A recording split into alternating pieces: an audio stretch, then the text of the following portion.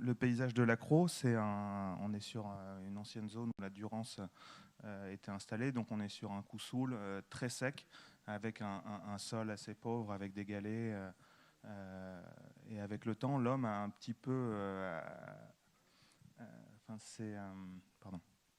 S'est implanté sur ces territoires en implantant un réseau de canaux, en implantant un réseau de haies qui lui ont permis de cultiver ces zones-là. Et donc on a un patrimoine arboré qui est hyper important sur ces territoires et on vient dessiner comme ça un paysage. Donc sur la partie de gauche, on a le Coussoul de Crau. Sur la partie intermédiaire, on a ce réseau de haies et de champs, principalement pour la culture du foin.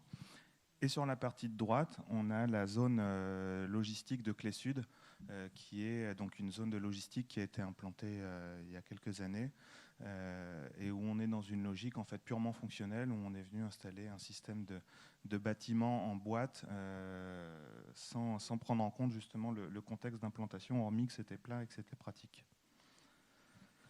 Donc pour illustrer au sol ces sites, donc sur la gauche le Coussoul avec du coup une lande vraiment aride. Au centre, un coq, parce qu'on est en France. Des champs de foin de Crau, donc qui sont séparés comme ça en salle avec un réseau de haies qui vient cloisonner le site. Et à droite, la zone de Clé-Sud, où on a coupé tous les arbres et on est venu mettre des mûriers platanes qu'on coupe soigneusement chaque année bien court pour éviter de ramasser trop de feuilles. Sur le site de projet, on est donc sur la frange nord-ouest de Miramas. Donc Miramas, c'est une ville nouvelle qui a poussé dans les années 50, en fait, justement sur cette zone. Et on a donc sur la frange, je suis désolé, j'ai pas pris le... On voit la souris. Ouais. Voilà, donc on a une voie ferrée en fait comme ça qui ceinture la ville, et on a un programme en fait de désengorgement de la ville qui va mettre en place une voie de contournement qui va faire le tour et donc venir créer une fermeture du noyau urbain de la ville. L'objectif, c'était de créer une ZAC, donc c'est la ZAC de la Péronne et de la Boule Noire, qui est aménagée. Et la ville a porté du coup ce projet de ZAC et a rapidement pris contact. Enfin, il y a eu des échanges en fait avec le promoteur qui est MacArthur Glen pour implanter un village de marque. Donc, je l'ai dit tout à l'heure, village de marque, 170 boutiques, 1400 places et une logique purement fonctionnelle. Quand je suis arrivé sur site, en tant que paysagiste, je me suis dit zut, en plus intégrer une équipe d'architectes, je me suis dit zut, qu'est-ce que je peux bien faire dans cette opération pour donner un petit peu plus de sens que de simplement consommer une énième fois de l'espace. On a donc ce site fabuleux qui s'ouvre à mes yeux avec donc des bâtiments agricoles, le réseau de haies avec des chênes verts et différentes dimensions comme ça de haies qui viennent animer le site. Donc des prairies de foin, les haies, des filioles, c'est la présence de l'eau aussi qui est directement associée systématiquement à cette présence de l'arbre. Et on a capitalisé du coup sur ce réseau qui vient mailler le site et par rapport à certaines obligations. Ces canaux d'eau en fait, qui viennent traverser la plaine, ils traversent juste le site. En fait. Ils rentrent, ils doivent sortir et derrière il y a des droits d'eau qui bénéficiaient d'autres agriculteurs.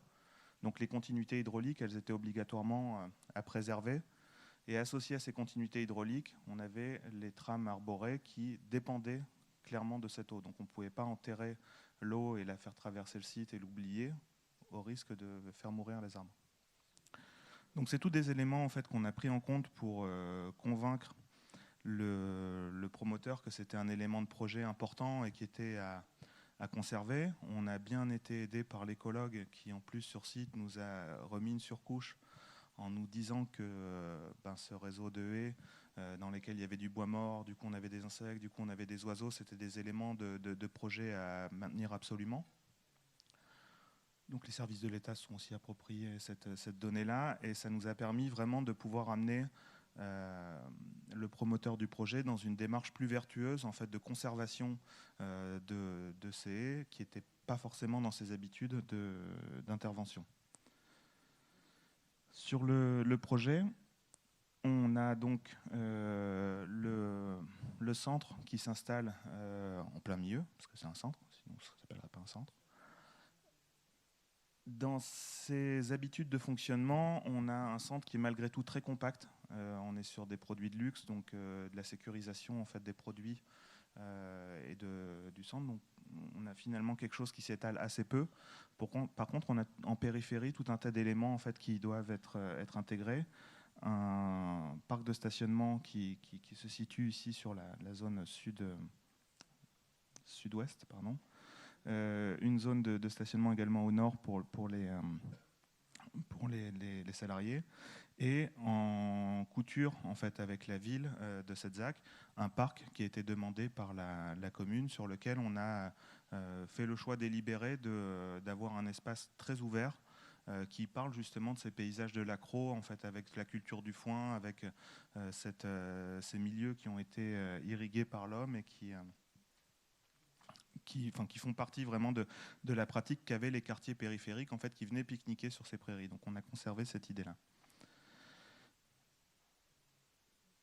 Sur le résultat de l'intervention, du coup, on est sur la préservation donc, du réseau de haies qui est existant, avec l'eau d'irrigation qui va venir longer ces canaux et qui va ensuite partir plus loin.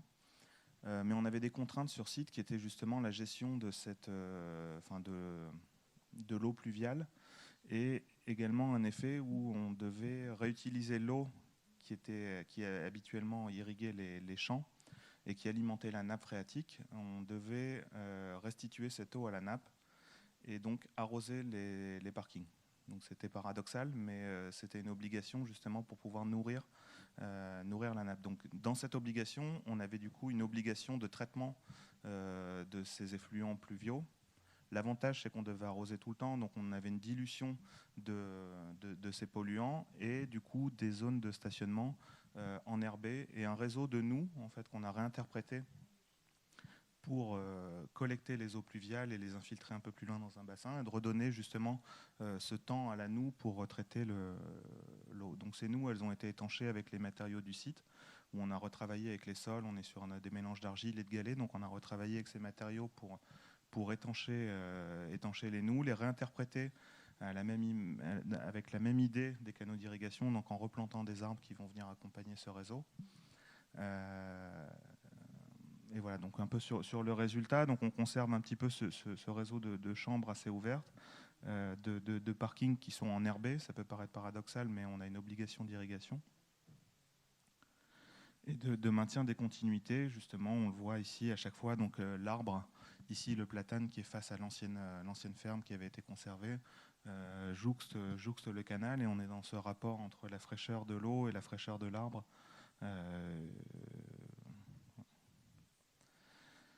On a cherché à mettre en scène aussi la traversée des boisements, parce qu'on l'a vu tout à l'heure, en fait, on a tout un tas de cloisonnements qui composent des chambres, et donc on a fait un relevé assez précis sur site pour entrecouper ce réseau de haies en conservant le maximum d'arbres existants, et surtout en donnant à voir qu'est-ce qui caractérisait ce site aux personnes qui venaient visiter le site. L'idée, on ne vient pas au village de Marques uniquement pour acheter des vêtements pas chers. L'idée, c'est aussi de pouvoir découvrir ce que c'est l'accro, la comprendre. Donc on a tout un tas comme ça d'événements qui vont venir rythmer le parcours du consommateur, donc du parking au magasin, en l'amenant justement à découvrir ces éléments de patrimoine de l'accro. Donc là, voilà la traversée du boisement, où on a intervenu à minima justement en conservant les arbres existants et en permettant du coup une continuité de trame verte et bleue. Donc les clés de la réussite de cette opération, et je pense justement que la plus-value qu'a eu le paysagiste en fait dans ce programme, en fait, là où il n'était pas forcément attendu parce que l'équipe initiale c'était uniquement un cabinet d'architectes, c'est justement la contextualisation de l'opération. On n'est pas uniquement dans un pastiche de Provence. L'accro, c'est pas des champs de lavande, c'est bien autre chose. Et du coup, vraiment d'avoir ce regard qui va contextualiser l'opération, c'était quelque chose d'assez important. Accepter la mutation du lieu, le paysage, c'est quand même la traduction de ce qu'est notre société à un certain moment, donc de pouvoir finalement se dire que ça évolue, ça change, mais aussi de pouvoir envisager une certaine mutabilité du lieu. On peut imaginer qu'un jour, on trouvera ça ridicule d'aller acheter ses jeans moins chers dans un centre commercial. Donc de pouvoir se dire que finalement, la trame agricole qui était préexistante, elle puisse être conservée et qu'on puisse en faire autre chose un peu plus tard. On a eu, grâce au service de l'État, une obligation de conserver certains sujets arborés. Ça, c'était assez important parce qu'en fait, pour l'entreprise, on était dans une démarche de conception-réalisation. On avait vraiment des arbres à maintenir, à conserver. Et il y avait dessus une amende financière de 10 000 € pour chaque arbre qui devait être conservé, qui allait être abattu ou qui allait mourir. Donc pour l'entreprise, c'était vraiment un élément important justement de préservation de ce patrimoine qui habituellement est un peu malmené sur les chantiers. Et également, on s'est appuyé sur des labels.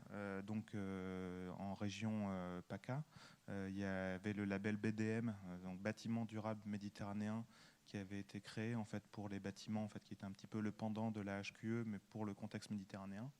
Et dernièrement, il y a le QDM, Quartier durable méditerranéen, qui a été créé. Et l'extension de cette ZAC, en fait, qui va se faire au sud du village de Marques, a obtenu dernièrement le label argent, justement dans le cahier de prescription architectural et urbain qui a été mis en place dernièrement. Donc l'idée justement c'est de pouvoir convaincre que la trame existante elle est compatible avec le projet. C'est vrai c'est souvent un combat en fait avec des maîtrises d'œuvre privées en fait qui veulent justement avancer et en fait de réussir à leur dire que si on garde les arbres qui sont là, c'est des arbres qu'on ne va pas planter à l'avenir et que financièrement c'est un gain pour eux et c'est un petit peu l'élément de langage qui permet de pouvoir les accompagner dans une démarche plus vertueuse. Et surtout, d'imaginer que tout puisse être réversible et qu'à terme, on puisse imaginer que ce lieu redevienne agricole ou naturel. Voilà. Je vous remercie de votre attention.